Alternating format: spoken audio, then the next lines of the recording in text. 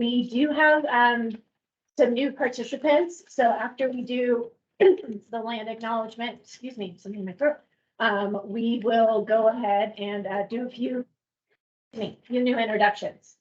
All right, start with the land acknowledgement. The land acknowledgement is a formal statement recognizing the Indigenous people of a place. It is a public gesture and appreciation for the past and present Indigenous stewardship of the lands we now occupy. The Anchorage Coalition to End Homelessness would like to acknowledge we gather today on the traditional lands of the Dena'ina Athabascans. For thousands of years, the Dena'ina have been and continue to be the stewards of this land. It is with gratefulness and respect that we recognize the contributions, innovations, and contemporary perspectives of the Upper Cook Inlet Dena'ina. All right. So couple of introductions. We're joined today by Celia McLeod. She's the director of programs, excuse me, here at the coalition. She's also good data backup. As you heard me caveat all of my weaknesses on data, here she is. So that's good news. We also have some folks from the health department. You guys want to introduce yourselves? Yes, hi, I'm Andy Nestor. I'm the program manager for the Housing and Homeless Program. And we do lots of different things. Most of you may have talked to somebody in our group, but we do. Then here we And have Trish. I'm Trish Main, and I'm one of the homelessness response coordinators at the Housing and Homeless Services, and I assist in administrating grants and awards. Great. Welcome. Thank you so much for being with us. So we have in the room, and then I posted to the meeting invite and agenda for today. The additional handout was the matrix of property reviews handled by, which we'll get to a little bit further in the agenda. Belinda is with us online today, and she's going to make sure she captures the tasks and things that we all commit to doing, and may help us out with some facilitation from time to time. But just wanted to note that as a slight variation on our work. With that, turn to the first, or I guess the second item on our agenda, immediate status of shelter activities. Next time, it was my mistake not to catch it, should say status of immediate unsheltered response, because that's what we were talking about.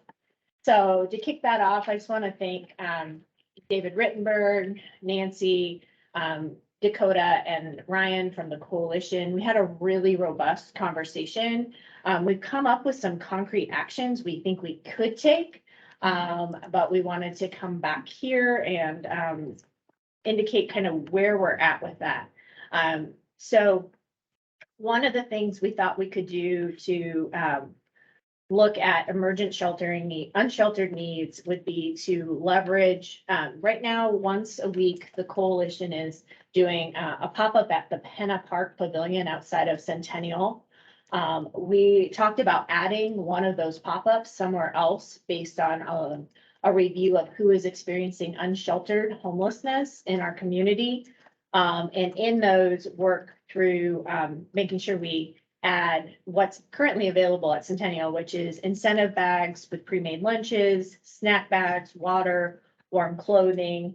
Things we wanted to investigate were, could we add some kind of heat to those pavilions, like through those propane heaters, so that people have the opportunity to get warm and dry, which seemed like it might be easier than trying to set up a structure like a tent of some sort.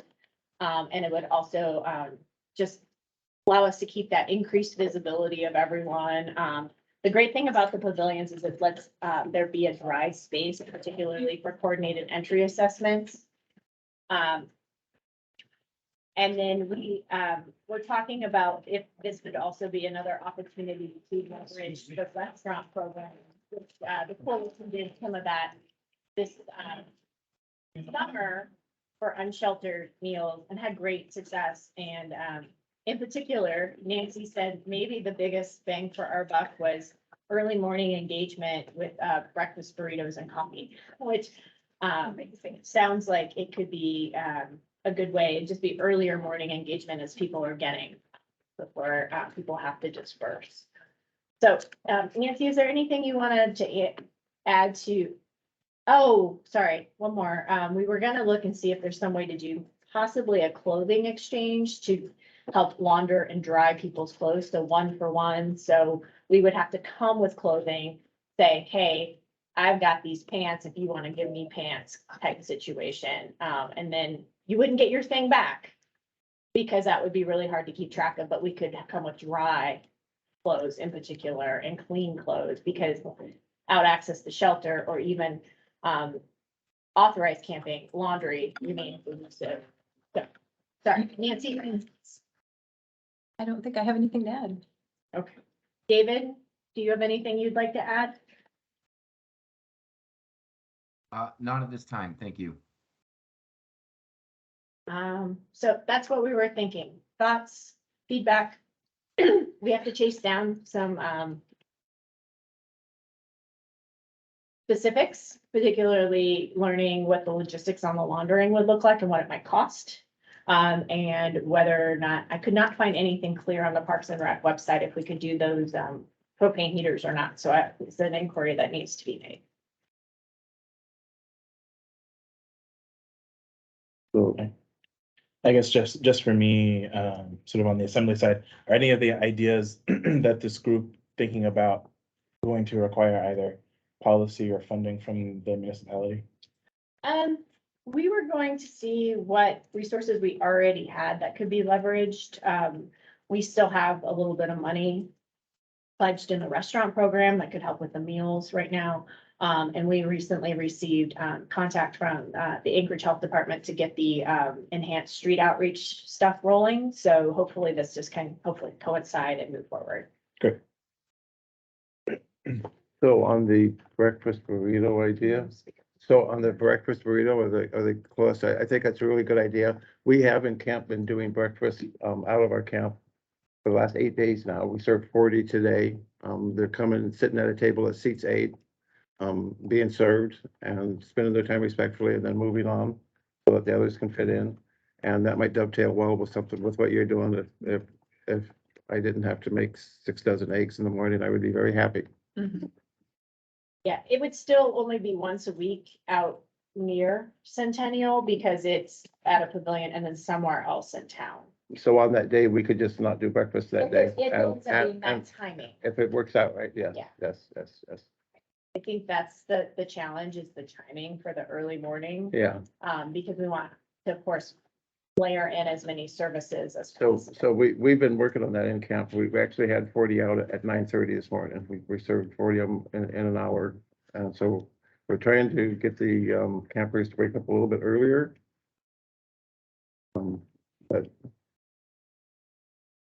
The request I would put out as we consider implementation of such a thing is if you have program capacity, particularly housing program capacity, and outreach needs to be aware of applications or other things, we really do want to leverage that contact to the highest extent possible. And one of the reasons, of course, for doing these is to get coordinated entry assessments complete and then any paperwork complete necessary to access a housing program. More folks we can house from unsheltered status, the less we need to plan for shelter. Quick housekeeping, last week, the folks online asked that we introduce ourselves again before we start speaking. Thanks for that reminder, Grace. I know, I didn't want to. All right.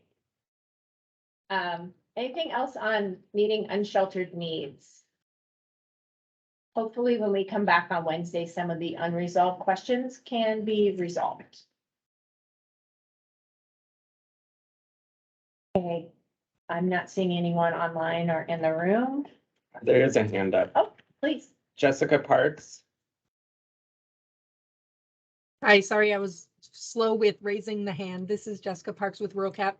This might be a separate question from this conversation, but can we get an update or have some correspondence with the Healthy Spaces team to ensure that camp abatement of unsheltered encampments is not occurring? I've had a couple reports of some cleanup happening where the Healthy Spaces team is going in and cleaning up camps, and it sounds like there's some confusion maybe about what can and can't be happening. And if that's not appropriate for this conversation, we can have it another time. Thanks, Jessica. I think what we can do is we can email Parks and Rec through our outreach coordination and try to get some clarity on that question. And report back on Wednesday if we get a response. Thank you very much. And I do think it's germane to our conversation as we're planning for unsheltered folks to know if they're going to be, if abatement's happening or not, just to know if folks are going to be moving throughout our community as we plan our strategies. If anyone doesn't think that's appropriate, let me know or let the group know. Okay, organizing the work, 11:40. So we're going to review working version of the HUD matrix tool. So I started to dig in. I didn't print it because it's really, really messy. The HUD matrix tool, let me pull it up here again. What I found was that, bring it up on my computer.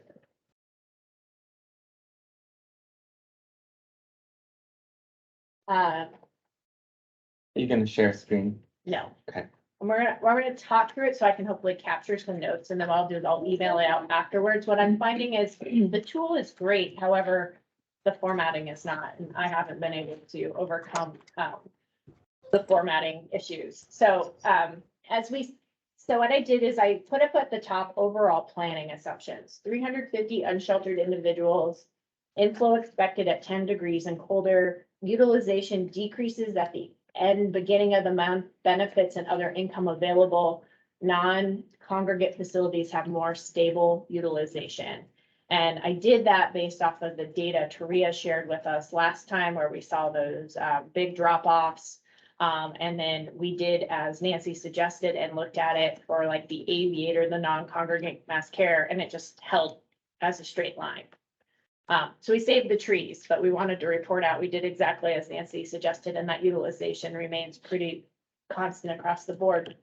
So Plan A projected need, the planning assumption was 150 capacity per facility limitation.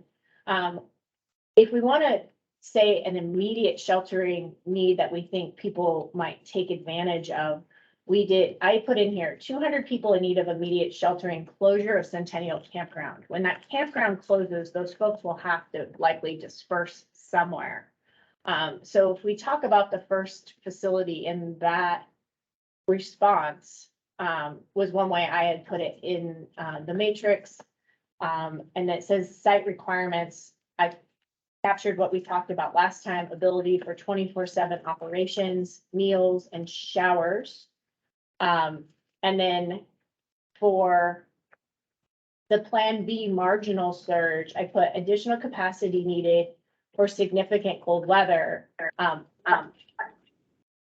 was trying to think of is what would be the potential trigger before it gets really cold that would possibly have folks come in to more accurately reflect the gap between 200 and 350. Is there a planning assumption? Because what HUD is asking, or this matrix is asking us to do is like percentages of projected need or specific triggering events so that you could plan the sequence of the facilities.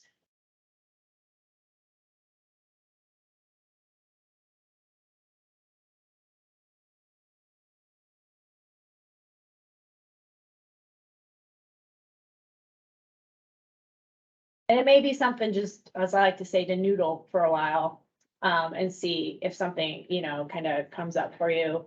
I think we have a projected PFD release in the first half of October. So that seems to coincide kind of, with what will likely be the closure of Centennial. We've heard it's around September 30th. So as we kind of walk through all the potential factors, just trying to think of what triggers. Yeah, Nancy. Just a note, the PFD is early this year. It's in September.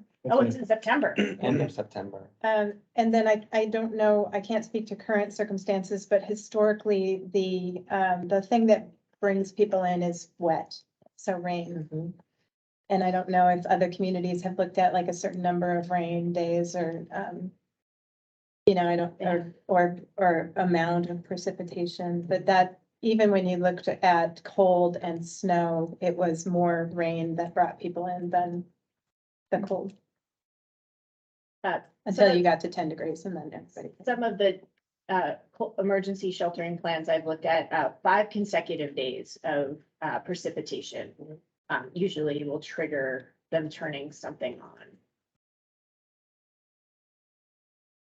Rob Marks in the chat says, note, while early PFD may provide immediate relief, it will also cause a later, maybe December or January surge in need.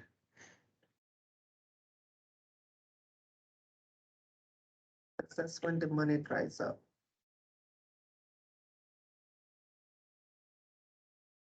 I'm gonna put that in the substantial surge end of PFD effect. That's what I'm gonna call it for now. If we've got better terminology, we can add it in there. Plus below 10 degrees if that happens as well. All right. I think that the next things to do, so what I've done is I'll send back out the matrix with some of these other triggering pieces. I've just named facilities, facility A, facility B, facility C for now, with nothing specific about them, all presuming they would be 150 individuals, which is the cap. And then as we start to talk about the locations and any subpopulation divisions, we can edit that. I just went with kind of the highest level of assumptions, and from there we could break it down. Is there something that I haven't mentioned that I should be capturing as we think about kind of a plan A, B, and C, or a rolling plan?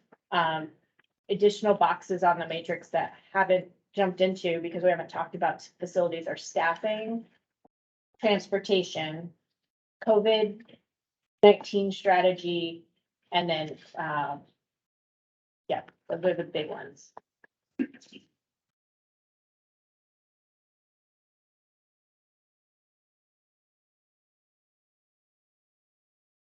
For anyone who's joining us, COVID-19 strategy, we've heard from some shelter providers is that without quarantine and isolation, there have to be set-asides within the facility to deal with anyone who needs to be separated due to COVID-19.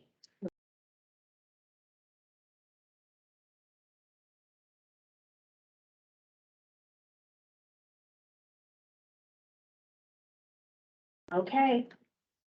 We'll keep filling it out. I'm actually going to keep it up today as we talk to see if there are pieces that start to come in to clarity as we discuss the potential locations. I think it's great to have a matrix, but until we kind of come to some more agreements, it's hard to fill it in much further. On the proposed lanes of work.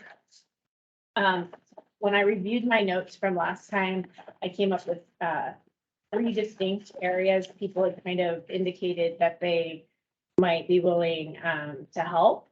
And so I'm going to review those, see if there are any other volunteers, and see if there's another lane we might have missed. Actually 4. So one is in data. So as we continue to refine the data. Another is communications. How are we going to communicate with the public, community councils? So that we remain a public, that means a public meeting, it's open, it's transparent. Facilities review, we already had that group, they've met, they've got great information for us to review today. And then the other was engagement with unsheltered folks, unsheltered individuals. And in that engagement one, I had down Roger, Emily. And actually I sent out some initial questions. Rob Marks from Rural Cap, and Taylor, and sent out some initial questions Outreach had come up with, and we'll review those in just a little bit. For communications, I had Grace down as a potential volunteer. And then for data, now that Celia's back, I volunteered her. And Taylor from CITC, she, I did a little outreach with her because she had some ideas. And so I'm not saying she has to join the group. I want to give her credit for giving us some good data feedback. Is there anywhere people would like to engage? This is Felix. I'm surprised you didn't put my name down for comms. I have now. Thank you, Felix. And what these will be for anyone who's joining us is groups that might break off and do some smaller group work or in between, especially if they're, thank you, Daryl, for your volunteer for comms. So that we can make sure we're covering all of the different areas and we're really making sure we're clear on what we're doing. Some of this requires some homework. If comms needs staff support, or email organization, I'm happy to be staff support. Thanks. Is there a lane of a potential subset of work or lane of work that I have failed to capture that we need to be covering?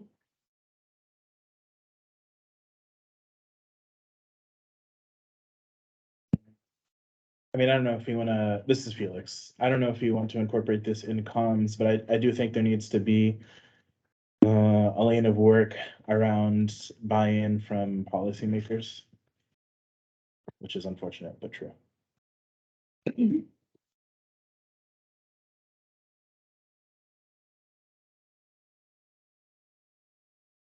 Roger Branson here. I know the campers are really concerned about the closure of the campground and if they will be abated out of there or if that's, or what's gonna happen.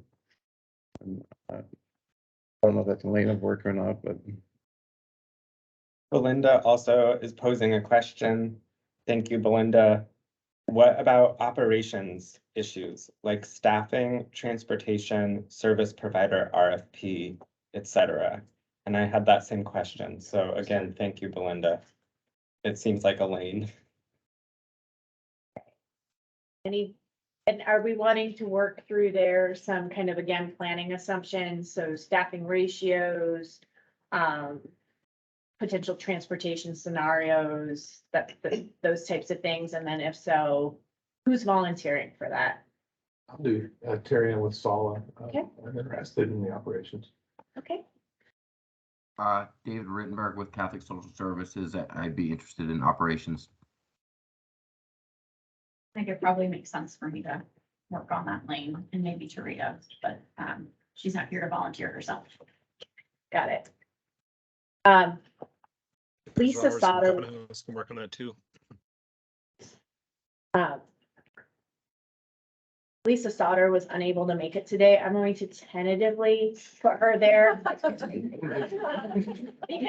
think she's got good information to give.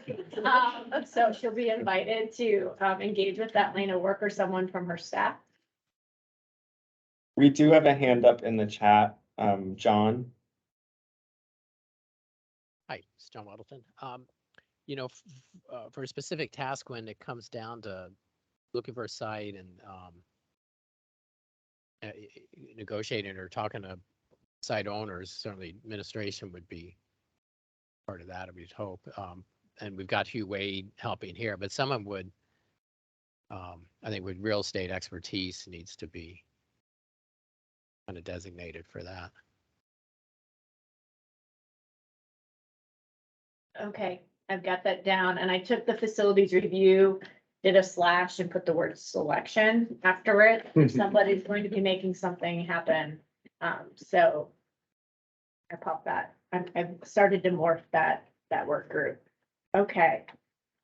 Just a quick review to make sure I didn't miss anyone. And of course, if you find that you have capacity or an interest in working on one of these, you can always email and we'll make sure you're connected. So for data, So yeah, we'll dig in here in ACEH into the data, and we might be doing some specific outreach to various providers on projects you've had, just to kind of ask some follow-up questions. For communications, Grace, Felix, Daryl, Owen from the coalition with the sub-question of policymaker collaboration identified. For engagement with people experiencing unsheltered homelessness, Roger, Emily, Rob Marks, Taylor, and we'll review that. It looks like we're getting close to finalization of the questionnaire, and we'll review that today. For operations review, Terry, David, Josh, and maybe Lisa or somebody from Beans. And then I've identified for facilities review selection, somebody with real estate experience, and I'm noting below this question, will facilities review include estimates or schedule, or is that a separate lane? I think that if we're looking at a review of facilities, just like when we look at review of potential operations, rough order of magnitude costs or cost assumptions seem to make sense. So either the cost of leasing or the cost of staffing on like a per day or basis makes sense. Does that capture what you're talking about, Belinda? Okay, I'm getting a head nod from Belinda.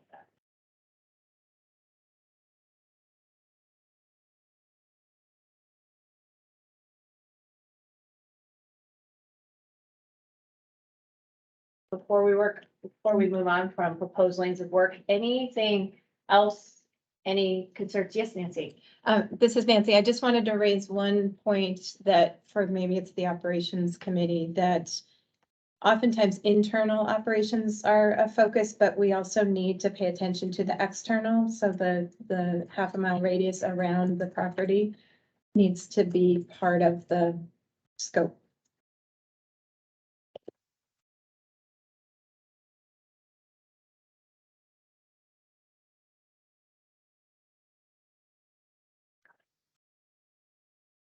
And half a mile is just something that's been used previously. I think the group can consider what makes sense.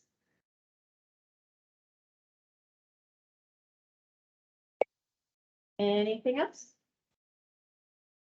So what I'll do on follow-up here is I will email each group to put you all in contact with one another, so you can use that email stream as a jumping off point. You can feel free to take me off that email stream if you would like, but if you would like me to stay on, happy to be there. So just letting you all know. All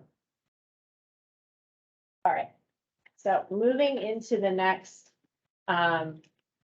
piece, we did this just a minute ago, confirm, update planning assumptions and capacity needs. We did run through the kind of overall planning assumption of capacity, the code limitation of capacity per site, the 24/7 or 24-hour, 7-day a week shelter with meals, and then some shower access. The HMIS population data update. I don't have the data update, but I do have some information on how we can update it. There have been some identified projects by providers. Lisa Sauter has identified one. Taylor identified some data work she did when she was previously at the coalition. I think what that reviewing those will give us is a better picture of subpopulations and needs of the population, particularly around known substance misuse needs, behavioral health needs, and then kind of who the demographic breakdown. We thought there was underrepresentation of particularly Alaskan Native population in our unsheltered if we are extrapolating the data. So going back and looking at some more targeted programs should give us that better picture. So we should have that update on Wednesday. One of the reasons we really want to get that nailed down is so that if we are talking about potential subpopulation divisions, do we have 150 or close to 150 in any of those? Because if that is the case, that is possibly an entire facility So that's, something we want to make sure we're identifying. And then I already spoiled it. I should read these agendas more closely. We did do the data analysis from the Aviator, per Nancy's suggestion, and, as I said, it's pretty steady. It doesn't have a lot of variation. Once you're in until you either the facility closes or you exit to housing. We found that actually with a number of the non-congregate facilities that have been stood up through mass care. Just to go back to your other Oh, data, sorry, I had to open the door. I'll be working with ICA too to make sure that the data suggestions follow sort of their understanding of best practice. So I'm hoping maybe there'll be a conversation before Wednesday between myself and ICA around like what are some other options to bring to the table, as well as other like ways to look at the data. And for those of you who may not know, ICA is the HMIS system administrator. They're our data vendor. So we can come with great questions in words and they can express that in statistics and data and numbers. They're my favorite kind of people. And Celia translates between the two of us. It's fantastic. Identifying potential future impacts. We've got the non-congregate inflow outflow trends. We've looked at those. We have them for congregate. What other impacts are we not considering or thinking about that might affect our planning assumptions? I'm updating for the PFD release. Because if we were looking at an October 1 start, and I was thinking, oh, it's going to maybe be a rush in to start, that might not be true anymore. The early September starts for direct deposit, and I don't know the ratio of unsheltered people who receive direct deposit versus check to a previous shelter location. But the timing will be affected by that.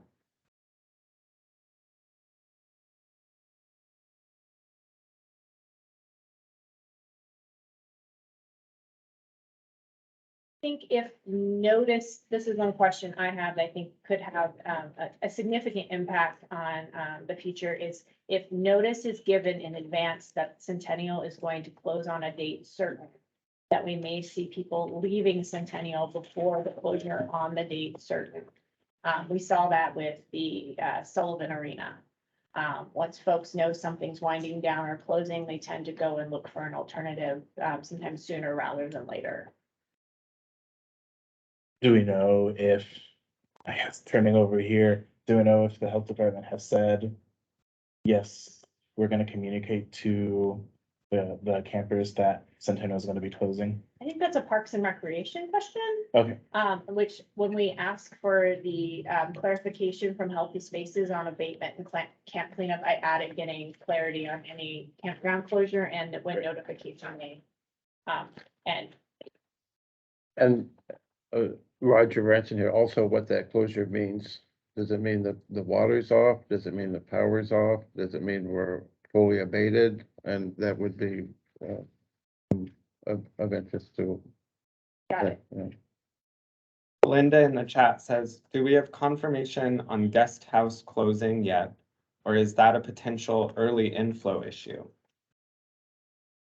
So I would say with regard to the guest house, all is still go for those to turn into housing units. Are you referring to the Aviator, which was the mass care non-congregate? No, the guest house.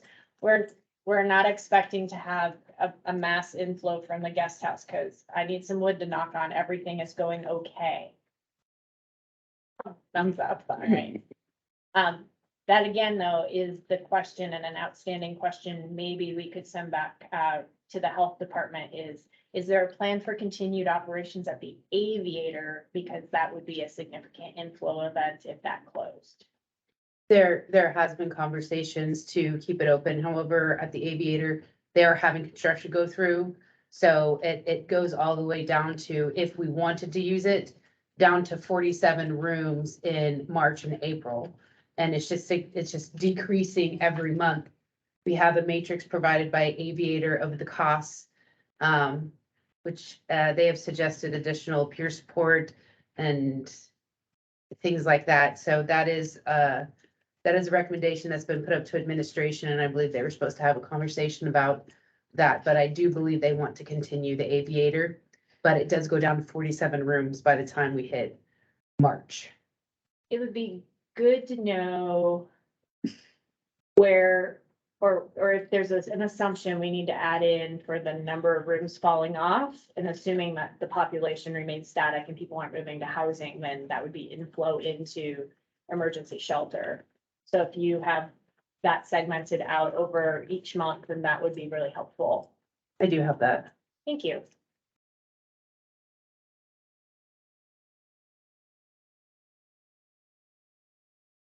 Any other potential future impacts we should take into consideration if we're getting a clearer picture on kind of who, how many, and throughout the time we're planning for? I just have a question about the medical needs. So I know at the Aviator, there are 25 with high medical needs. Is there any possibility of moving them to, is there a better location for them to move to? And I don't know that answer. I just know that that's there. And that's one of the things the Aviator has requested, is that we find a better location for them. I think that question might be back to you all. Have referrals been made to get them on the wait list for complex care if they're a match? Or not to you, but to the provider Yeah. at the location. I do know there's a waiting list for that facility. Because that would be something good to know too. If there's a wait list, it doesn't look like the wait list might be resolved in that time period. Do we need at a facility to be making the planning assumption of some kind of higher need? Because we know there are people who could potentially leave the Aviator with the higher need, or are we identifying the higher need amongst those experiencing unsheltered homelessness as well? And we just haven't captured it somewhere. And to get on the complex care list, they just contact ACEH, or is there an HMIS component? There's neither. It's actually through Catholic Social Services. I'll follow up, Andy, and email you the referral information we have so that the health department's fully looped in for anyone having that. So we can keep disseminating that information. Thank you. So in addition, everyone at the Aviator has had the referral done already. So Rob does those weekly case manager meetings. And so any person with a higher level of need has already been referred over to complex care. They do have a wait list. I know that there are some folks that really need more like APS reports and maybe guardians. And so they're working with a caseworker to try to get on that track, but it takes a little bit longer. And then a lot of those folks are already on the ADRC call on Thursdays. So they are looped in. It's not a simple and fast process. But all the case managers that come to that meeting do know about the referral and the link. There's 2 comments in the chat. David Rittenberg from CSS said, please loop me into a complex care conversation with AHD. And Karen Clemens says, it's my understanding Hinning Inc. is taking over the guest house September 1st. So we'll leave it to First Presbyterian, the new owners of the guest house, to announce whatever provider when they're ready to make their announcements as appropriate. And then, yes, David, make sure you're copied on the referral email I send to Andy, because I believe it's an email from you all reporting with that process. I don't delete emails. I put them away for this very purpose. One of the things too, for the Aviator, would be good to know is if those 25 people could be identified, and maybe those would maybe be the last rooms to come offline if we knew we had that longer runway. It's a question to ask, so we can put it into the planning assumptions. Any additional future impacts we're not considering? I think one I wanted to add is the impact of, or maybe it's not the impact, but maybe it's the coordination of warming at locations as we get into the colder weather, or how that would accommodate or respond to people who could end up trespassed from a facility due to significant breach of the rules and it's cold. So I think I want to just add that in, something we're thinking about as we move through this. We're talking about cold weather sheltering, but there's always this warming component that comes in, especially in the deepest parts of the winter. And where that's located in relation to other things, I think will be something we need to have a conversation about. So I'll just add, I'm just gonna add warming location with an S in parentheses. Those are, have in the past been stood up by the health department. And so I just wanted to make sure we're talking about that. And if it's not co-located at an emergency shelter site, there will also be transportation planning considerations for that additional. I see Rob has a comment, warming, nutrition, some basic healthcare, modest case management, also showers for modest cleanliness. I believe we captured the showers with the sheltering. The question becomes, if you're not accessing shelter, do you have any access to showers? That was one of our questions as well for nutrition. If you're not accessing an emergency shelter location for overnight and food is available, can you access the food there? And I think as we start to identify the locations, we'll also be having that conversation of how do you integrate provider intersection with people in these locations? Is there ability to do so? So case management can go, or what's the plan? I think that's a big question for us to contemplate. So I'm gonna put down case management as well. Okay.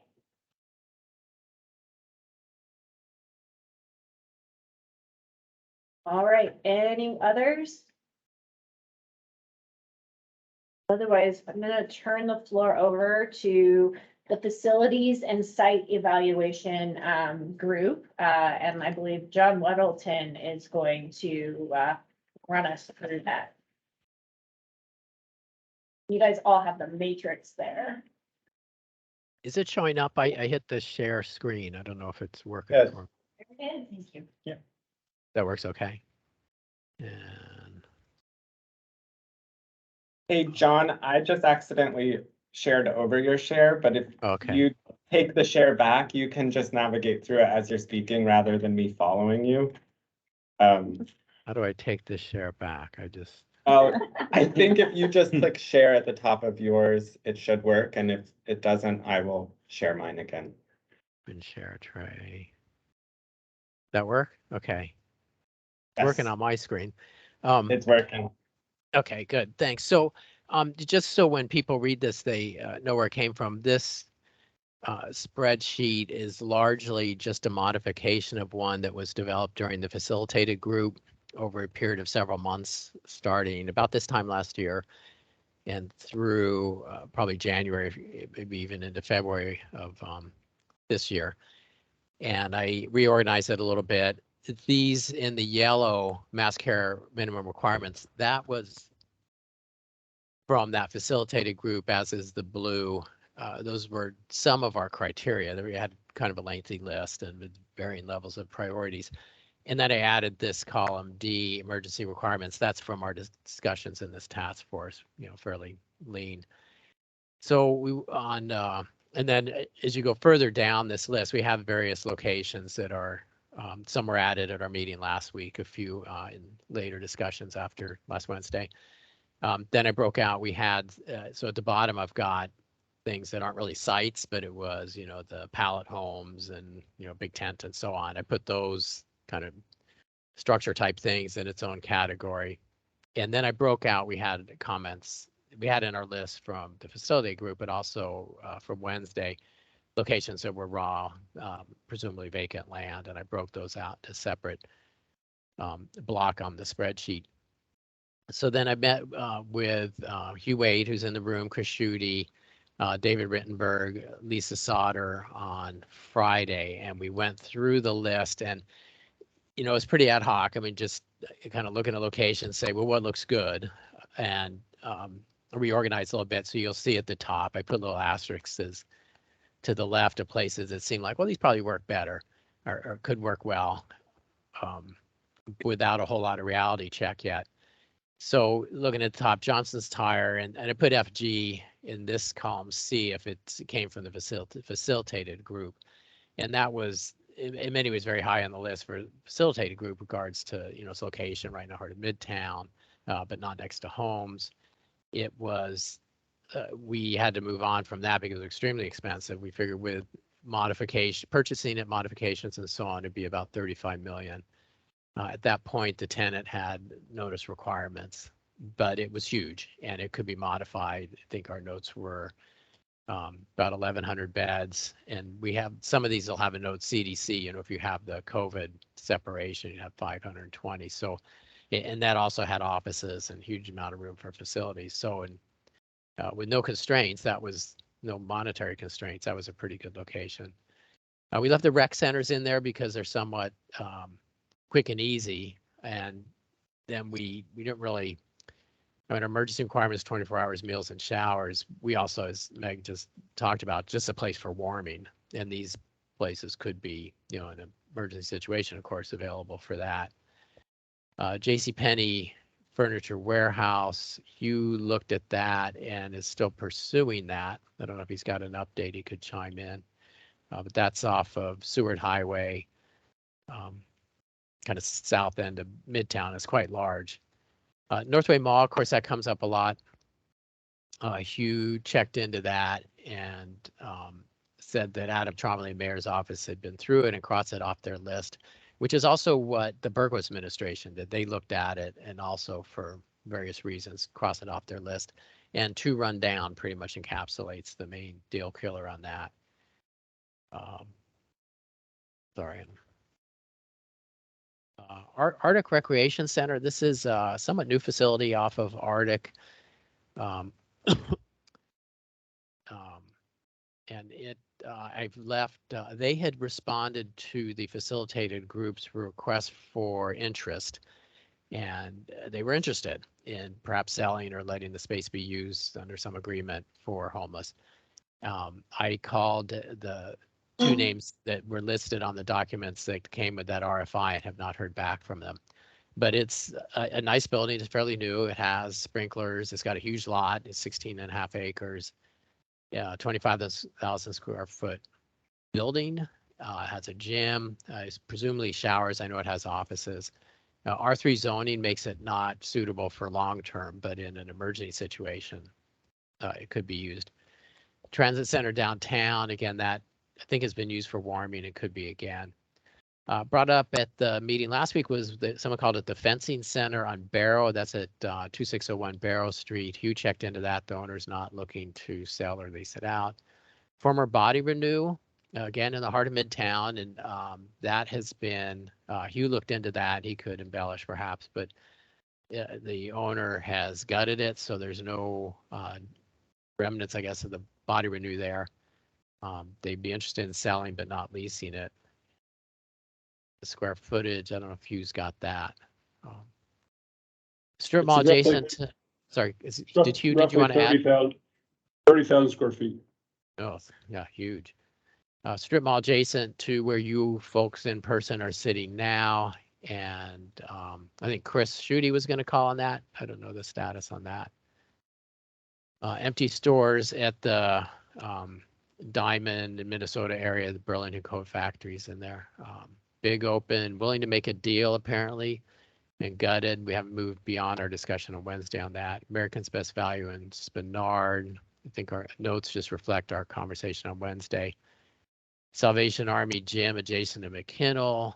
I don't know who's, I haven't checked with Salvation Army. I don't know who might have. Maybe there's someone in the room. Barrett Inn. I guess some capacity there. But we did not as a group go beyond just starring it. Former Alaska Club, on the second floor we have not. I guess Chris checked the owners back in September and possibly the second floor, but there's no elevator. So those are locations we starred. There's, came up kind of later in the day on Friday, the old school district headquarters on 15th. Is for lease. I don't know if anyone's in there. I drove by and didn't see any cars out front, and there was a for lease sign on it. And I don't even believe I've ever been in that building. So just scrolling down, we talked about the Stolt building, poor condition. This is 1900 Benson, at Lois and Benson. This is a wood frame building down near the pedestrian pass, and that's kind of an odd shaped building. It would be hard to imagine that. We rejected it on the facilitated group. Probably, I think, the nature of the building, but I haven't been in there for a while. Universal building, this was not, I think that's sold. That was a facilitated group. Totem Theater comes up time and again. It's a big space. It's near the current Centennial Park population, so were they to move out, it wouldn't be too far to go. It would require some modification, but it's a huge lot and possibly for sale. The old PNE building on Bergaw is, I think Meg discussed that, and she looked at that pretty extensively as part of the facilitated group. And the owners are very motivated to sell. The building's in very bad shape. Could it be used for crisis emergency? Possibly. Headline building, I think that was not, the facility group moved on for that. I believe it's sold. And then you've got, Ben Boke, other public facilities that, an emergency may be available. Sam's Club was not, in the facilitated group, the Cotonou, they were not interested in making that available, is my recollection, but that might be something to follow up on. So going through Egan Center, of course, here's an old hotel. I'm sorry, I don't know what that is. Ramada Inn, old Floorcraft. There's a new owner, it's occupied. Black Angus Inn. Problem there is if you kick everyone out to put emergency homeless shelter in there, you probably created homeless by kicking people out. This is I think is the 2 office buildings next to Bristol Bay Native Corporation and the Salvation Army, I think, is in there. And those 2 buildings there have been leased for a while, but it's all offices. So it'd be challenging to turn it into even short housing. PNA building off of Century, that's actually being used by PNA, so it's not really vacant. Old Frames is vacant. Sunshine Mall, that's an unknown. Chelsea Hotel, so going through this thing, you can scroll through. We get into certainly some potential. The notes on the right will give you some information. Hey, John, I'm sorry to interrupt. There's a question in the chat from Belinda, and I'm not sure if you have the answer. Is Totem Theater 10-acre space available for temporary sprung structure to be erected? Well, we don't know that yet. I mean, that would take a call to someone to find out. But there's a lot of room there, a lot of pavement. It's largely paved. I think the part of it's not, and they do have a warehouse next to it that's not huge. I don't remember how many square feet, but a few thousand square feet that they used to use for, their popcorn and such. But that's worth looking into.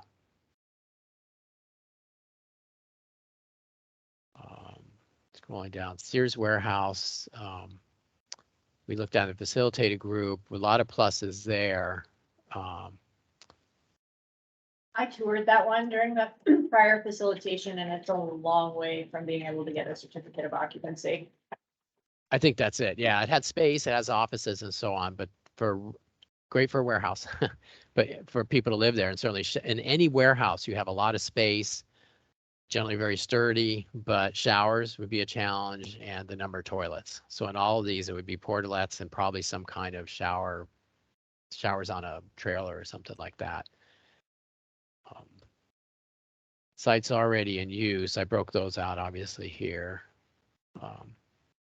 And then not located, these are the remote camp setups, the J Bear, Old Barracks, which Pastor Prince was here on Wednesday, I think, and he's got some control over some of those and it hopes to use them in a location in South Anchorage, and that's fallen through. So he's looking for a location for those.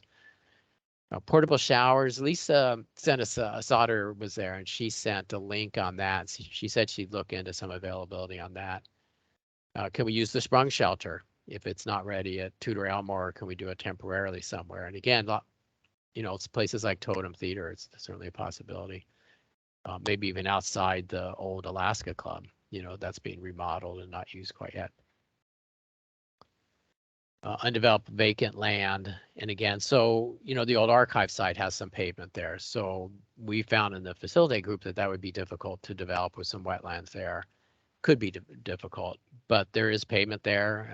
Could be to roll in some kind of temporary structure if it's a sprung shelter, or, there's available things like they do up north, just temporary tent type things that aren't quite as long-term as a sprung shelter. So we didn't really evaluate at our meeting these various just kind of vacant land locations. So anyway, that's a quick tour of this. Happy to answer any questions. Hugh is here. I'm not sure if Chris Schudy's here, but he's got a lot of expertise on this as well, as would Shelley Roughton if she's available. Thanks, John. We have a hand in the room and one online, Felix. Yeah, thanks. So I guess two things. First is on the criteria. John, did your group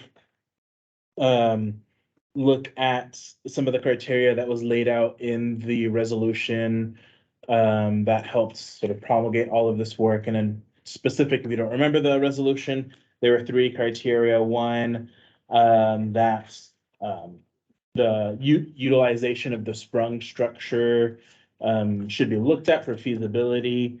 2, sort of nothing on Tudor and Elmore. And then 3, nothing too concentrated in one area. If you could just speak to how your work looked at those 3 criteria. I think we held on our mind that some open space that's paved, possibly the sprung shelter could go there temporarily. And that, I think the vacant land, we didn't review that carefully, but some of those might be. We looked a little bit on, we pretty much focus on this column D, 24 hours. Well, if you're renting it, you get a 24 hours.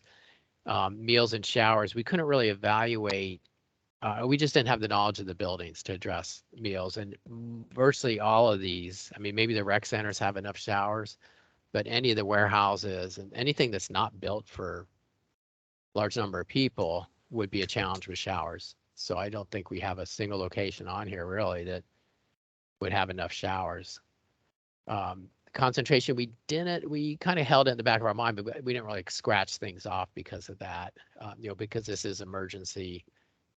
And presumably temporary. So, and we even, we put the guest house downtown, even though we have a resolution that says we won't put more downtown. So in a pinch, all of that is, somewhat flexible. We do have this criteria here, downtown, high saturation. And I made an X, like here, the Stolt building, I put an X there in that column, if it related, if it was more Ben Boke, somewhat downtown and so on. So it's noted in this column. Thanks. A hand online. Yeah, Kevin Cross here. Appreciate you bringing this up, John. And I apologize since I came in late, probably came in about 45 minutes, an hour late. So I guess part of my thought on this is now we're just looking at all, it sounds like I'm jumping in a conversation. We're just looking at what are all the possibilities, what we have on the table. Is that correct? This is really a brainstorming effort. We barely scratched the surface. And, even in the facilitated group, we were, we started with what the Berkowitz administration had come. We added stuff that we just kind of brainstormed. We had realtors involved, telling us, hey, these things are available, went through the multiple listing service. We haven't done that in this case, gone through MLS, unless Hugh has done that. But a lot of this stuff, it ebbs and flows, right? Some really good choices got sold in the course of the couple of months. So, well, and be interesting. I can do a quick MLS search to see if there's any vacant warehouse space that's available that currently sitting on the market that has gone unutilized for any extended period of time. I guess my other thought is when I'm just thinking of other things are, and you probably brought up Northway Mall in your conversation there and the large sections there that are down, but I'm just thinking greenhouses. Most of your greenhouses, I know this, and I'm wondering what that is as far as partnering with private businesses or private entities that might have resources that we can utilize in a pinch. And, whether you can use greenhouses or even even just, I mean, if it's a really fast cold snap and you're scrambling, I imagine anything that you could put people in to get them heated temporarily while you're trying to find a better spot, even if that's utilizing buses to some extent and getting them inside and out of the heat. Because I imagine the most important thing you do is get them out of the cold quickly, right? And understanding that, when something like this happens, we're in an emergency situation. We got to be, and if we, depending on the amount of individuals involved here, I don't mean to, I guess it's not a perfect, but beggars can't be choosers. What do we have immediately available to get people out of the cold so they're not freezing to death? So Yeah, Kevin, and I guess that's my thought on it, which is, okay, you got these big stuff, but what do we have that's laying at our feet that's not being used that we can put people in to warm? Whether it's an underground parking garage or parking garages or existing greenhouses that are down for the winter but can still be used for heating people up. I guess there's different tiers is kind of what I'm thinking. And maybe you can speak to that, John. Thank you. I will a little bit and then maybe pass it on to more expertise. But you'll notice, Kevin, in this column N with the comments, some just say warming, like we say Fairview Rec Center and Spinard Rec Center could be where people would stay there. But certainly it gets wicked cold out or, a lot of rain, those could be warming locations fairly quickly. There were a couple others that, Johnson's Tire, maybe the owner would allow part of that for warming and so on. We use the downtown, the old transit center for warming. So, those are absolutely, in our discussions on Wednesday, kind of a component of this. And as far as occupancy, we were looking at, roughly 150 people per location. So if there's 350 people we're ready to serve, it's very likely we'd have certainly 2, but maybe 3 locations. Hey, Chris, I see you're unmuted and you also made a comment in the chat. Did you want to say something? Actually, before we move on from the topic and the question Kevin asked, we do have some parameters that exist that are somewhat not expressed on the spreadsheet, which is that we'd have to get, so under Title 16, the municipality has to sign off on the facility. It has to sign off due to fire is one of the things. And there's a couple of other things in order to turn a facility on. But there is a distinction between warming and overnight accommodation. The fire piece of that really attaches to the overnight accommodation. So I just wanted to raise that. So some of the things might be appropriate for warming, but then not appropriate for overnight accommodation because the fire marshal wouldn't say they're okay. And the big one there usually is that the building is sprinklered or sprinkled, whichever way you like to say it. Just want to raise that as something because we could get down the path on a building and if there are not sprinklers or we don't check in with the fire marshal early, we could find that roadblock very quickly for anything for overnight habitation. So, and then. Well, and I understand that safety concerns, but at the same time, if I'm risking freezing to death and they won't let me use the place because it doesn't have a fire sprinkler system, that's at the same time, that's kind of frustrating. Thank you. Yes, you start talking with the fire marshal, then it's extremely frustrating, but it is what it is. And so it's just one of the parameters we know we have to operate under and plan for. There used to be an old fire watch system, but it's my understanding that's not allowed anymore. So that being said, I just have to work with, that's one of the things in the planning assumptions we're working through is to make sure we put on any constraints so that we don't go too far down, not acknowledging the constraints or confirming them. So if Chris Schutte online, then Hugh, then Andy. Thank you. I typed in a comment to chat, even though I was warned not to put things in the chat. I apologize. Just related to the strip mall that most of you are sitting in right now, did touch base with the broker. He thought that ownership would go for it. I'm just waiting for him to send us some information about the space so we can add more detail to John's spreadsheet. But broadly, I wanted to address the comments that you and Assemblymember Cross have made and just highlight again how important some of these characteristics are going to be over others. And the acceptability of a space in the eyes of the fire marshal is critical. And then the other one is related to the restroom capacity and being able to provide a space for, 100 people, but also have access to adequate restrooms is critically important.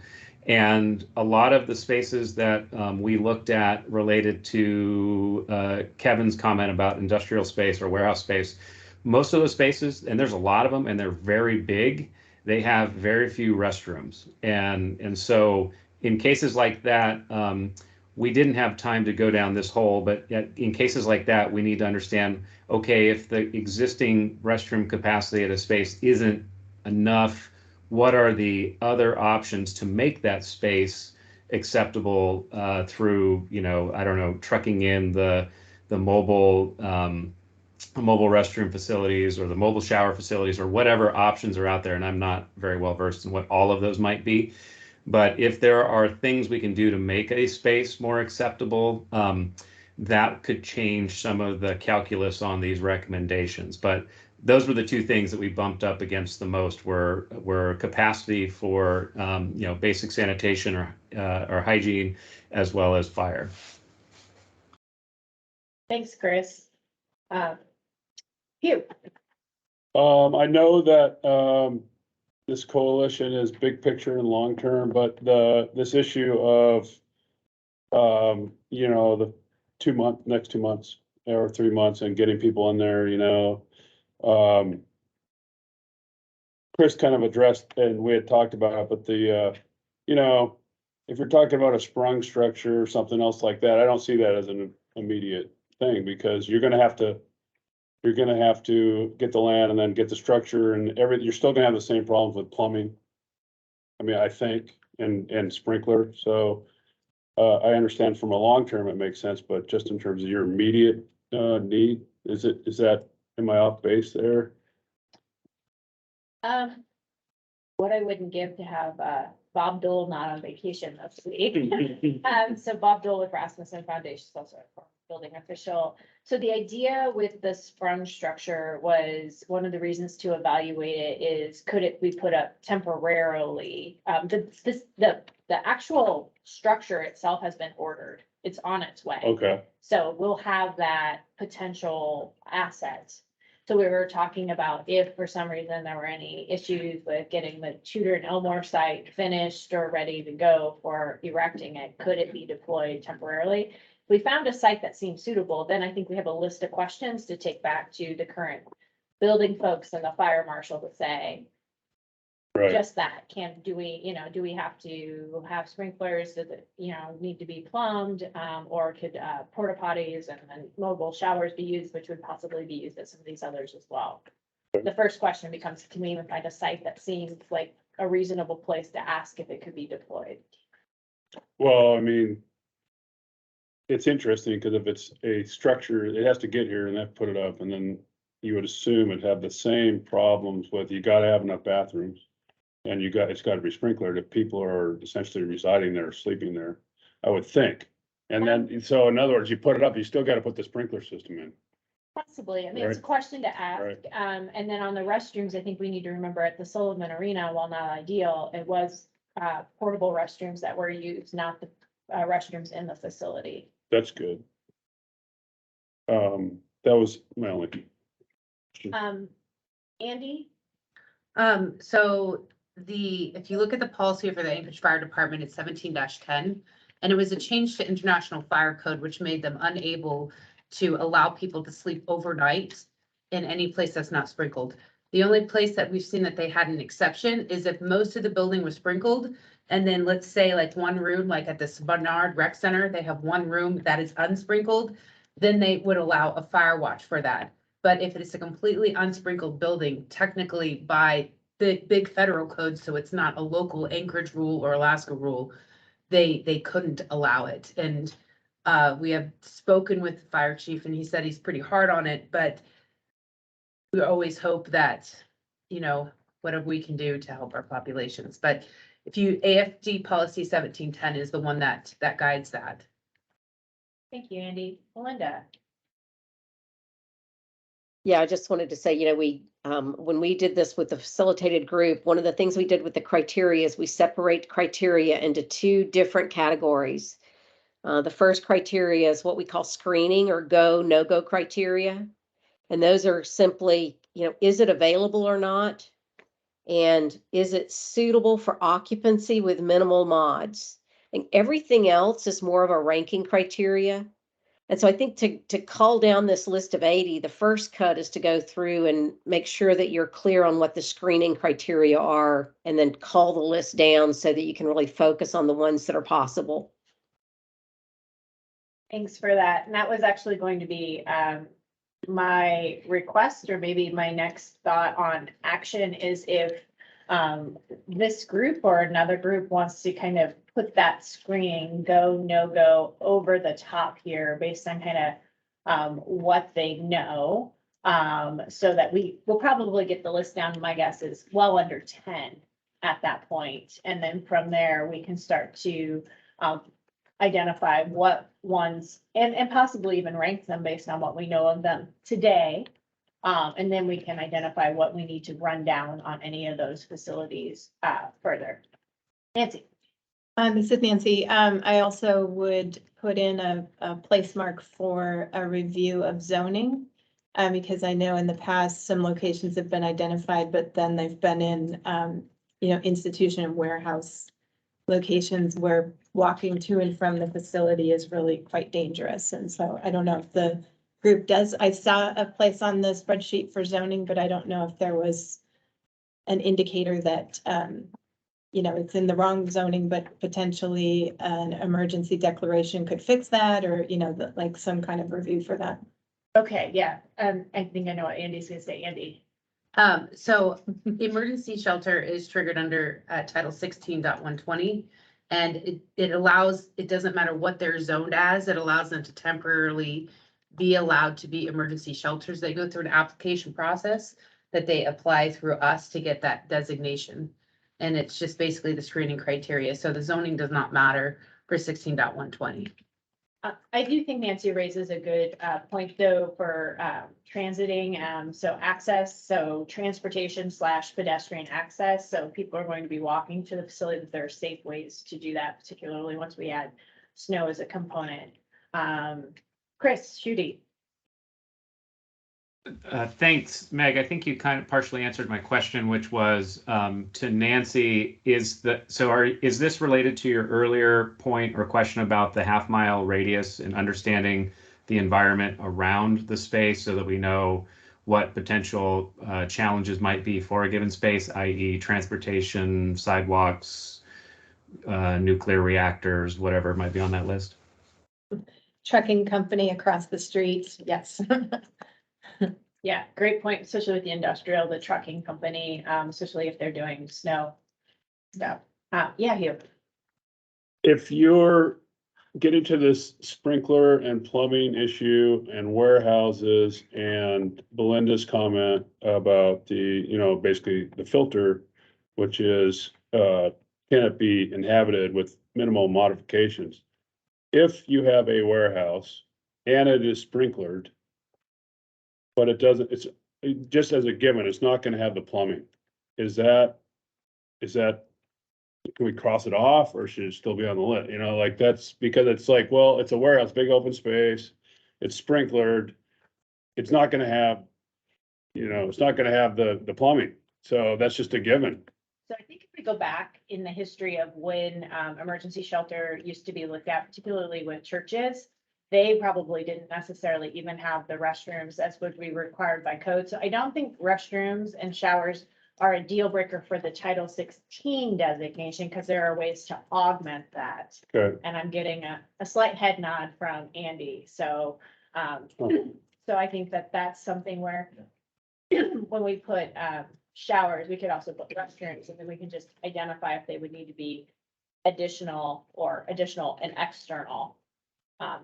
Because it's gonna add cost, of course, Yeah. but it's something to be aware of. That's very helpful. I see another hand. Yeah, it's Kevin Cross here. I just thought of a building. To 2000 East Street. It is the, or excuse me, 200 West 3rd. It's the Sherwin-Williams building that sits on the corner of Commercial and like 2nd. It's owned by a gentleman named Mark Couples. He lives in Denver, Colorado. He doesn't live up here. It had a tenant. It's the second floor is actually 6,000 square feet of vacant church space. They put a bunch of showers in the back of it. So there's like 5 bathrooms in the back. There's like 4 showers. There was a kitchen back there. The church had a restaurant. It's 6,000 square feet. It's right across the street from the prison, and it has been vacant for almost 2 years. I think the only reason it sits vacant is because the owner owns the building free and clear. He makes tons of money off Sherwin-Williams, and he doesn't even thought about filling that vacant space. But I know that I looked at that building about 1.5 years ago for a client, and so I know it's still sitting vacant today, and it's got bathrooms, a kitchen, and 6,000 square feet of open floor plan. Okay, we'll add it onto the list, Kevin. It seems to meet some of the primary criteria, and we'll follow up on it. Thank you. This is why we do this as a group. I owe this group a report out on my inquiry with the administration about the winter sheltering plan from the administration. I heard and met with Alexis, who is the chief of staff for the mayor's office, and it's confirmed there should be a winter plan coming this week, and that they're getting close to an invitation to, like, releasing an invitation to bid.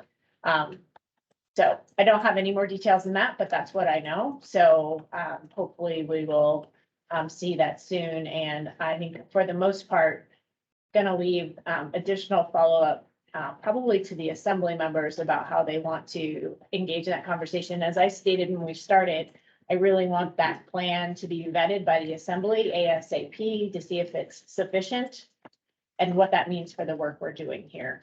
So, because I don't want us to engage in, I mean, this is really great work and I think it's very important, and I think we could maybe even shift it for the longer term, but if they're satisfied with the administration's plan, then great. If not, then we can fold all of that in and move forward. So I wanted to report out on my homework, that I did it.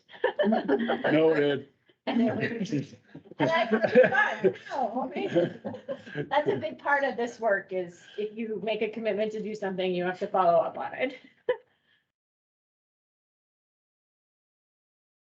So is the plan to work with maybe, I'll volunteer, myself, maybe Chris Schutte, John Waddleton, to kind of go back through and just rank order these pretty quick on the no-go, just on no-go, no-go criteria, and then the subsequent pieces, so that we can come back with a more concentrated ranked list, as well as a list of any of the, thanks, Chris, thanks for saying you continue to volunteer, because I volunteer too, any potential parcels for the sprung. So we can do those two, because those are kind of the two components. Nods here. I think the sprung thing in the land issue is almost a separate project, in a way. But we're asked to evaluate both. Right. resolution. Well, so I'm not saying it's like on that committee that, John, it's like, my understanding was we gotta find something right now for the winter, and the sprung to me is a no-go, because it's, I mean, you're gonna get some questions answered. This thing's still gotta get up here, still gotta be erected. It's gonna have the same issues on the plumbing. It's just, it's a longer term deal. It may not be long term, but it's longer than the next 3 months, I would say. Just, it seems to me. How about if we get those questions answered? When is it expected? How quickly can it be put up? And how long would it take to put up? And what are the minimum criteria to put it up someplace? Right, and also the sprinkler issue. Yes. This is John, if I can jump in. So yeah, it's fine. I think we do need to continue working on this list. It was good. Got to this point, we're still waiting on return phone calls from some people on some of the sites, and I'll make it more overt on the go, no go. We did refer to those criteria. Certainly going through and say not available is obviously the big drop dead one, and we've written off a few of those based on that. One thing for a little more guidance is, as we talked about warming, the requirements for people staying there overnight is one, but but we also, to what extent do we need warming facilities? And should we, because some of these won't work for overnight, but could potentially be good for warming. So Roger Branson here. John, I was wondering if the facilitated group looked at any properties in Eagle River. And I would think of a couple of them offhand. I mean, the Mac Center, but also the SBS is sitting vacant. It's been vacant for close to a year now. And or if there were any, if that was made the list or not. And I know we have facilities as far north as Chugiak. And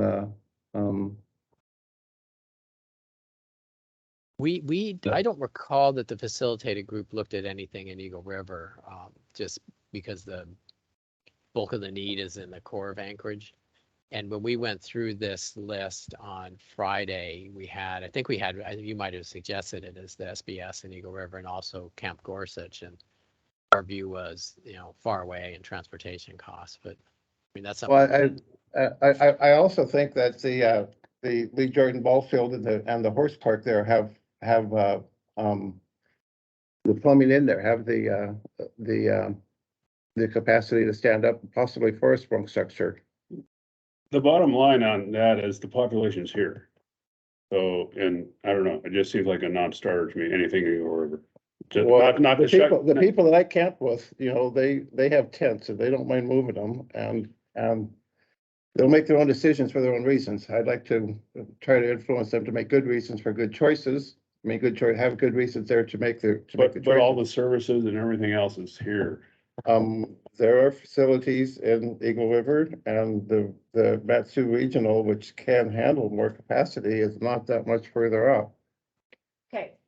That's it, but So SBS is on the list. We can see if it makes any of the go, no go criteria. It would probably have to have a transportation plan. And then just want to remind that this is all for interior locations, not for camping locations. Correct. Okay. Correct.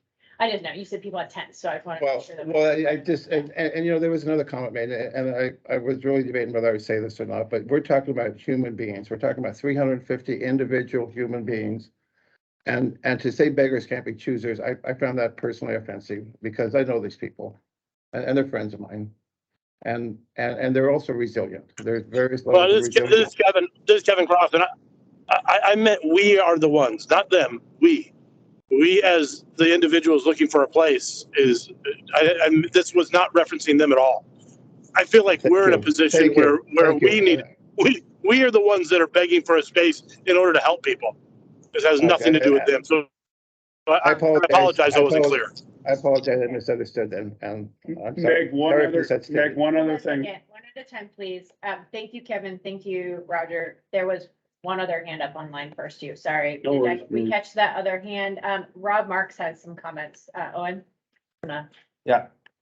Rob Marks said, I know we were looking for land and I know this is out of the box and a long shot, but what about asking the base for use of land on Eagle Glen Golf Course?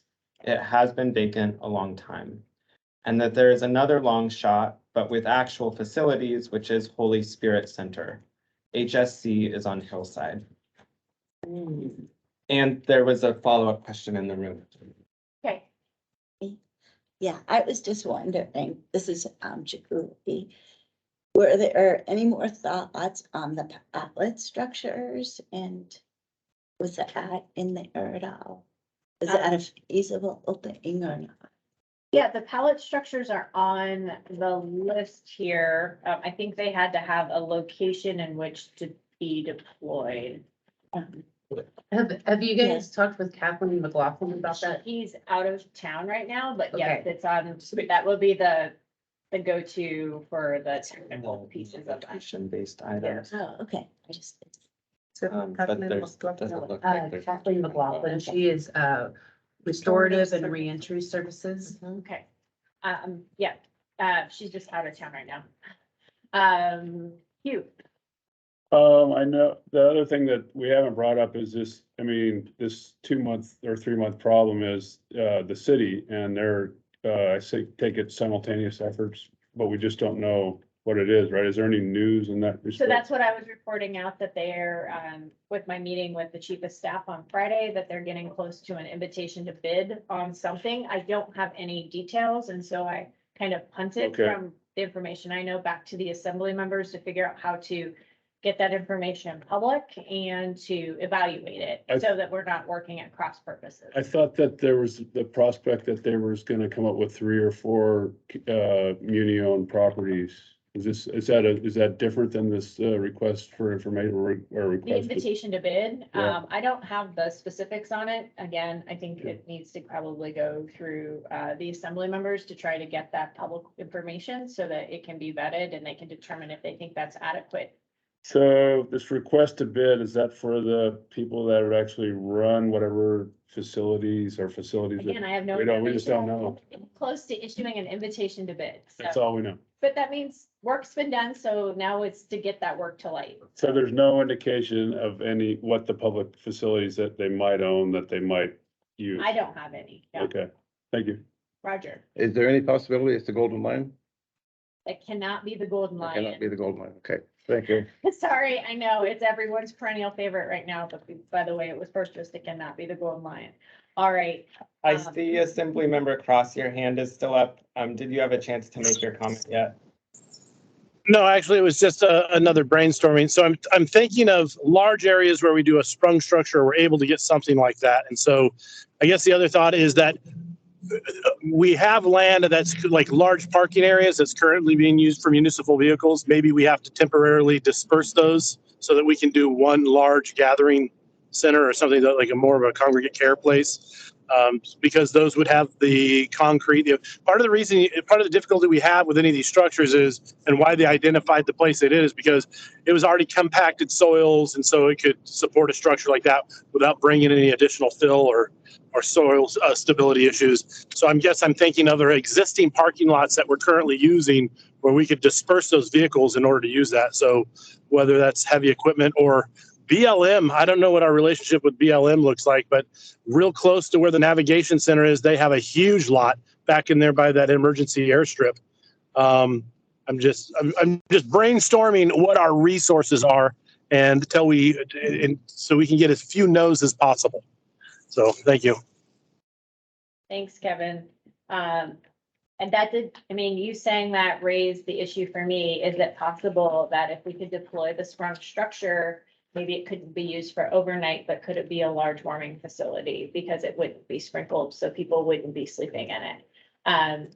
So my hope is that we can refine this list, get it down into the short list, and then on Wednesday, and then start to determine which of them are worth doing the deep dive in terms of not only availability, but also what it would take, in terms of looking then at the operations, the staffing, where it's located, and then, attendance stuff, transportation, would there be room to segregate folks off for COVID-19, those things. So really working it through the matrix at that point.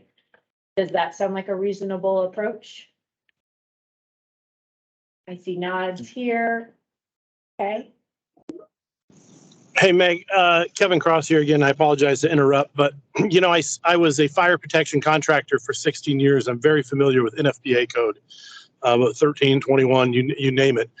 It falls back in every fire protection code. There is an underlying doctrine that says authority having jurisdiction. NFPA realized that it was impossible to plan for everything, and it falls back on the authority having jurisdiction. That was always the clause. We ran into situations where they wanted things sprinkled, where it was just either it didn't make sense or it wasn't covered under code, and the authority having jurisdiction, that is your local fire marshal, always is the ultimate authority. So if this is really a health and life safety issue and our sprinkler systems are just a contingent, I'm sure we can get something with a reasonable fire marshal that would understand extreme circumstances. It is more important not to freeze to death than it is to sleep in a building that doesn't have sprinkler systems. So I guess maybe that's a conversation I need to have with him. Thank you.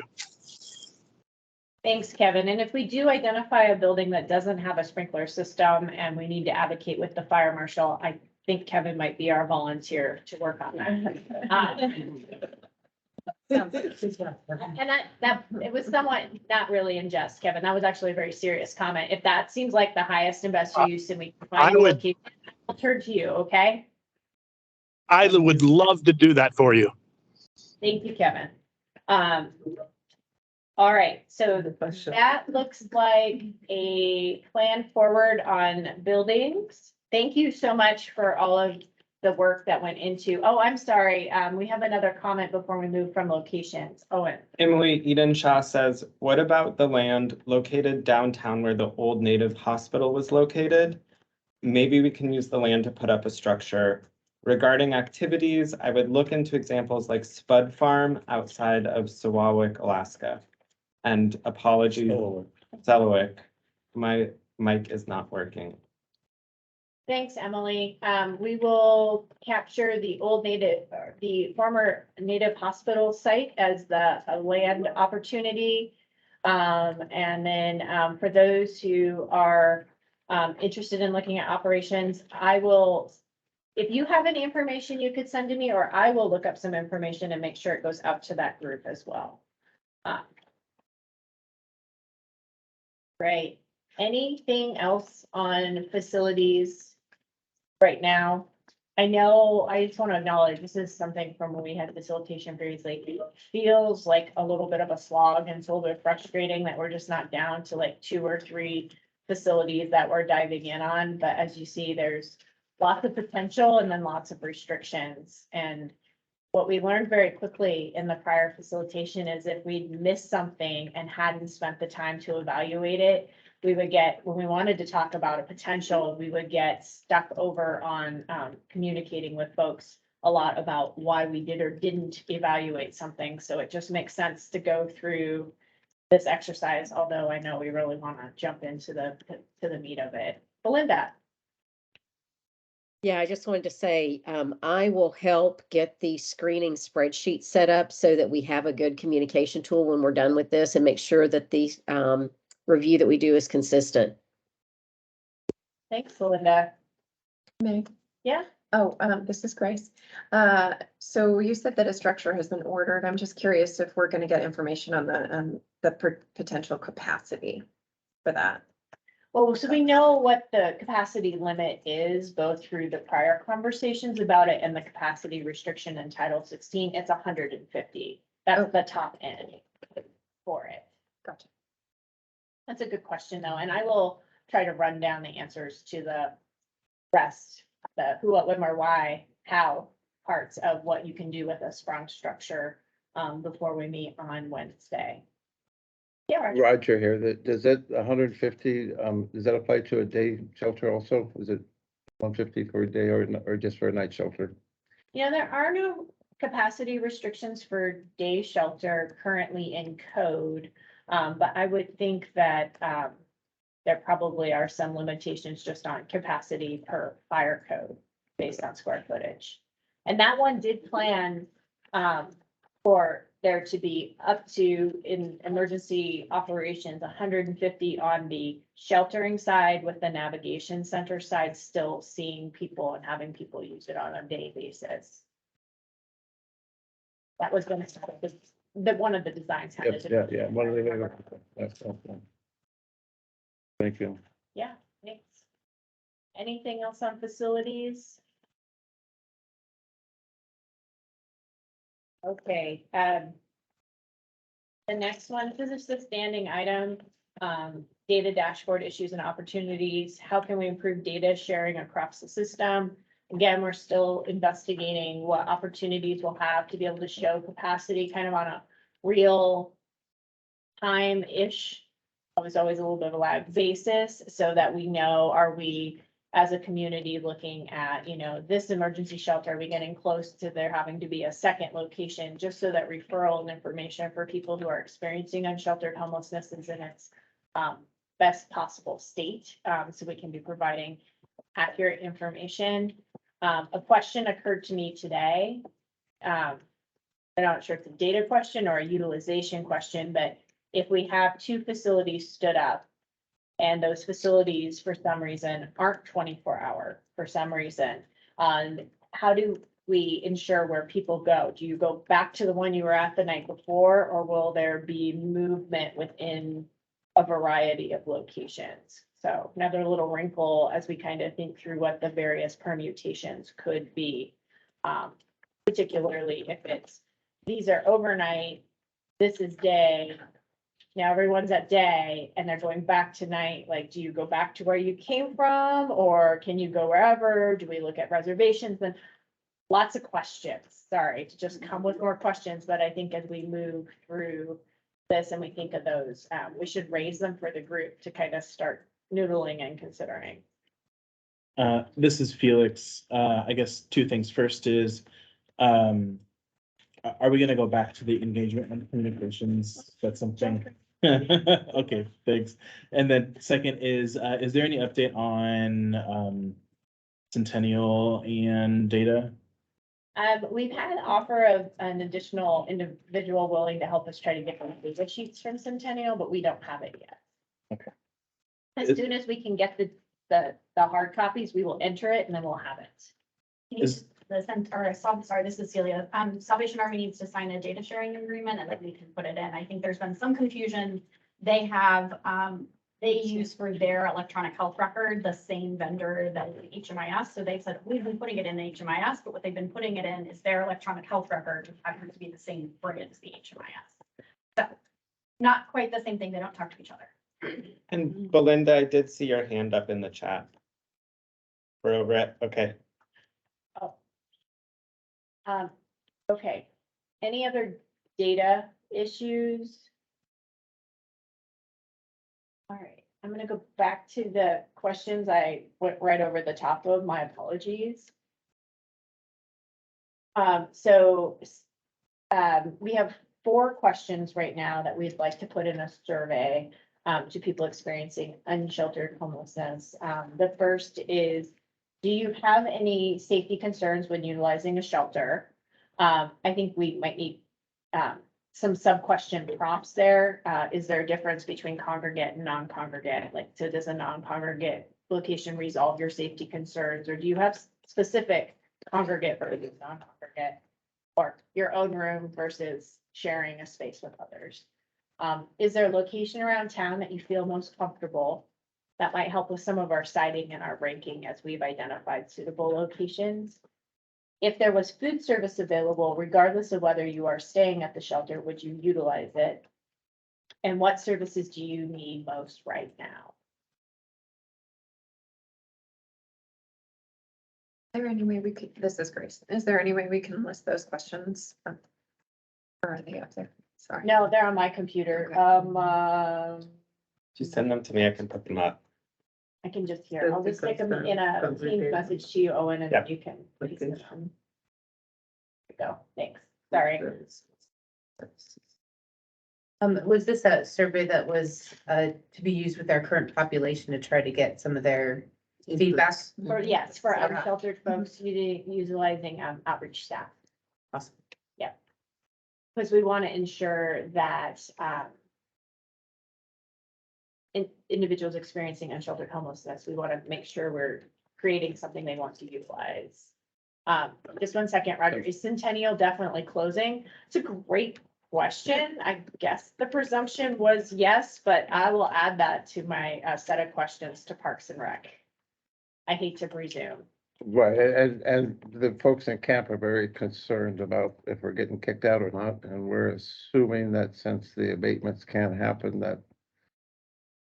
But we don't know what that means, and so we don't want to get out ahead of the boat on that. So one thing I do want to notice though is that we have started in Centennial Camp a contest to guess the first date of the snow, and we're going to celebrate it, and we've got a list of potential prizes: a 10 below sleeping bag, a bottle of propane, a bicycle, and we're willing to take any community donations for things that cold weather folks might want.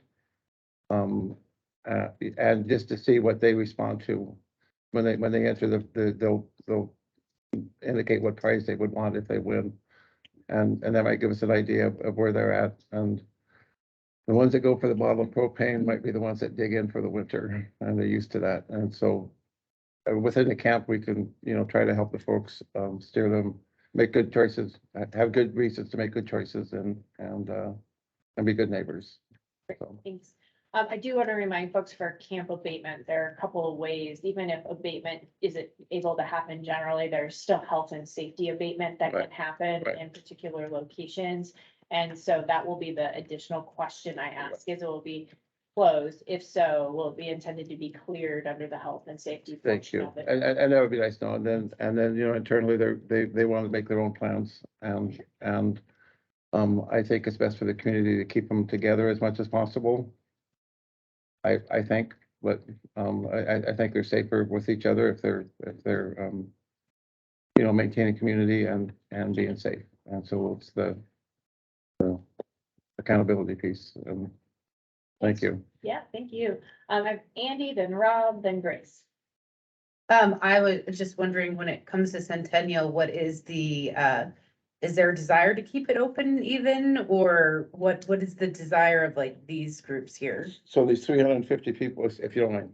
Well, so I want to start with what we said when we started this task force, which is to talk about winter sheltering, meaning indoor locations, because HUD says sheltering does not include designated camping.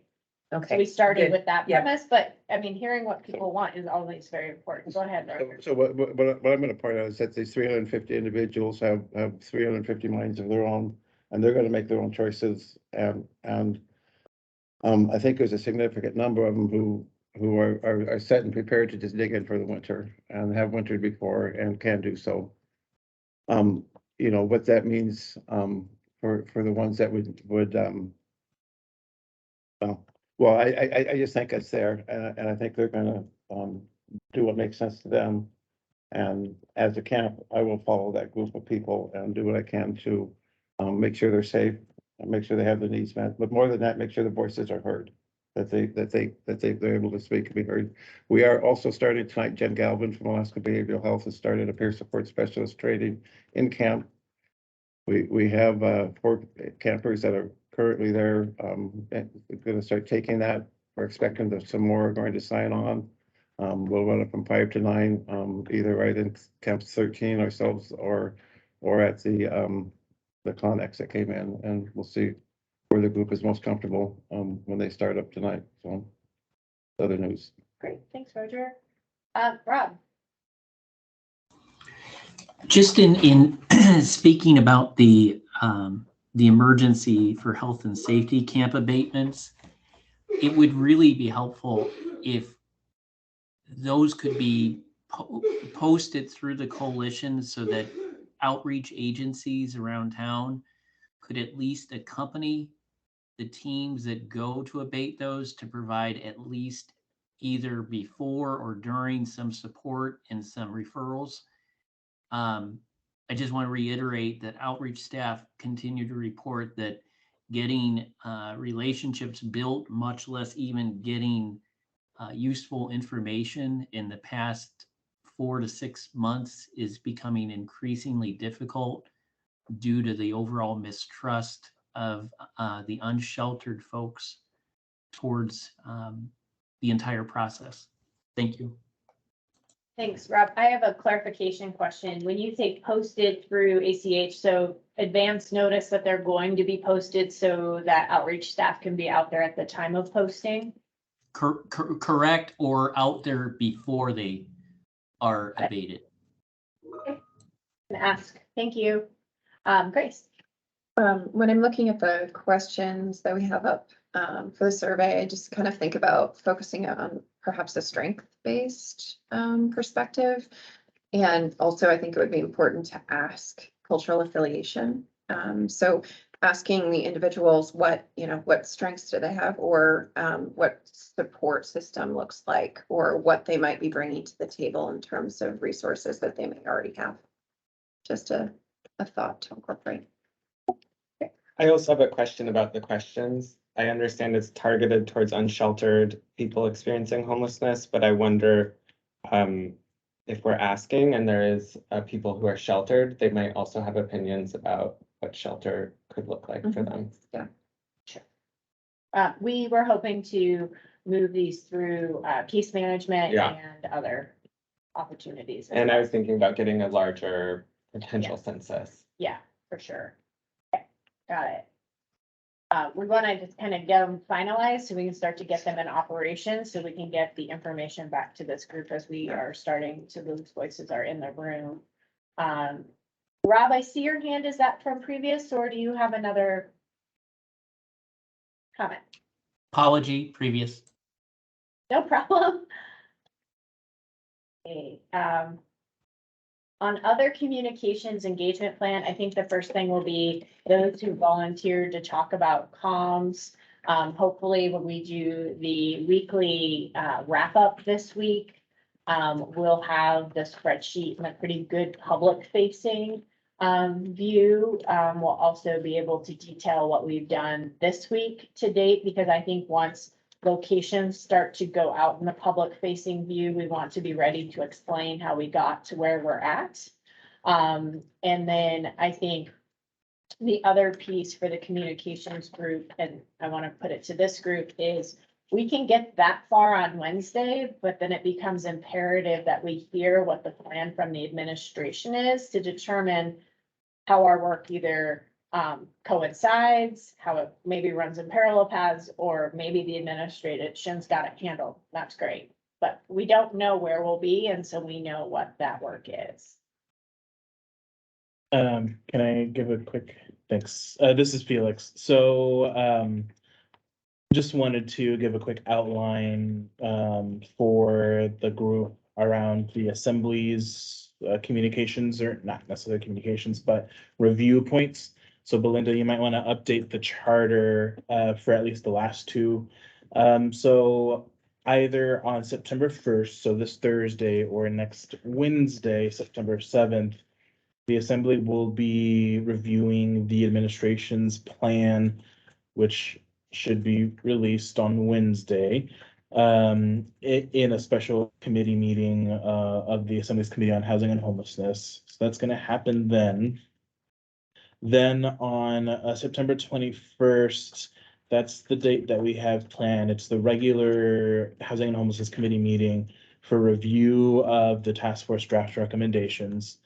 And then tentatively, there is gonna be a work session to review any appropriation or other resolution type documents for the assembly on September 23rd, prior to the September 27th public hearing. So I was asked last week to help fill out that schedule, and that is now done.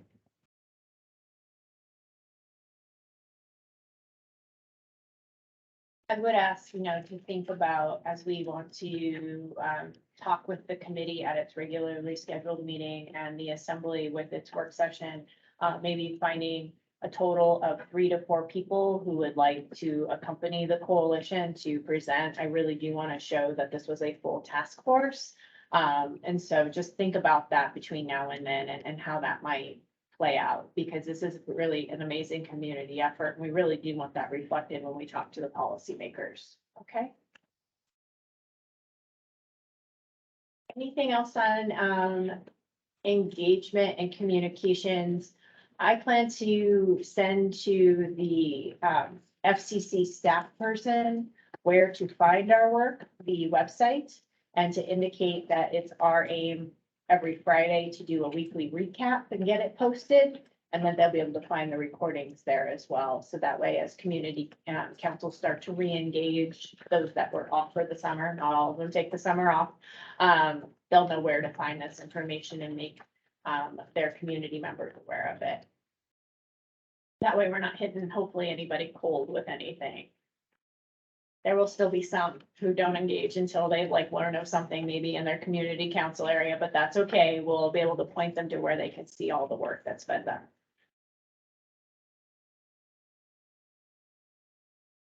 If you get any feedback from the community because they know you're involved in the task force, be sure to highlight it so we can make sure we're addressing it, especially if you're getting questions like, why are you doing this? Or what are you doing? Or if there are any basic informational things that are needed, like what is emergency shelter?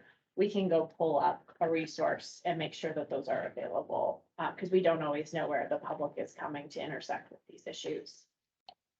Right. Belinda, I think that takes us to wrap up the next steps. Okay, I got a head nod. Yeah. I can handle that if you want. Yes, please. Okay, so I'll go through the action items that I captured. If I missed anything or if any are correct, please speak up. First, Meg, get an update from Parks and Rec about the Healthy Spaces team on camp abatements and cleanup. Meg, email the HUD matrix that you've been revising. Oh, I'm sorry, no, email the different lanes of work groups so that you've connected each of them to each other by email. Update on the HMIS population data adjustments for the assumptions on subpopulations. That's Meg. AHD, determine or identify what the plan is for reductions in rooms by month at the Aviator. John, there were a few locations added to the list. I captured a couple of them. I'm not sure I got all of them, but the old Sherwin-Williams warehouse downtown, looking for any existing parking lots that might be cleared for temporary structures, and then the former Native Hospital site downtown. John, Meg, and a small group apply the screening criteria to the list to narrow down to the shorter list of possible sites, and we will review that at the next meeting. This action item, I didn't capture who was going to do it, but you talked about getting updates about the sprung structure, current delivery date, how much, what's the minimal time to get it erected, and the feasibility of erecting it in some of these other locations. But I didn't know if that was John or who was going to do that. Do you mind if I do that? Sure. Felix just volunteered. Okay, thanks, Felix.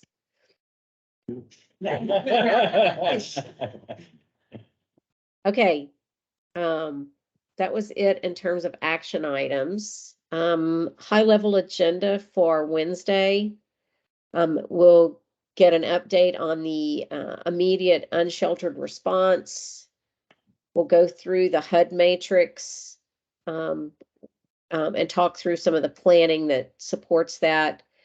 We'll update the planning assumptions as just discussed. We'll spend some time on the short list of locations and make sure we're aligned on the criteria and the next steps for doing more of a deep dive. I think it would be good to at least get the group that's going to work operations plan, the operations line of work, to at least summarize what they see as their scope and how they intend to go after it. And then we'll get an update on the engagement with the unsheltered survey and any updates on the plan for communications with the public, and then our standing item on the data dashboard. Did I miss anything for Wednesday's agenda? I don't see anything in the room. On the decisions made or action items for those that you said, Meg, could you just put ACEH on those? Because Yes, I can. Yes. Can do that. And I think yep, absolutely. Can do that. And I think how this agenda is going to evolve once we get these lanes of work organized is we're going to organize the agenda around the lanes of work. So it'll just be kind of a progress planning and next steps for each of those lanes of work. Okay. And I apologize for not being there today, but I figured nobody wanted to catch my grandson's sniffles that he shared with me. Thank you. Yes, we appreciate that. This hybrid meeting system still seems to be working okay. Of course, if you have any feedback about that, please share it, and we'll do our best to change accordingly. Again, thank you all so much for your work, both in this time and outside of the room. We've had really good engagement from you all. I really appreciate the commitments. This is Felix, just to clarify. So Belinda, what you outlined, that's the agenda for Wednesday, right? Not for something next week? Okay, thanks.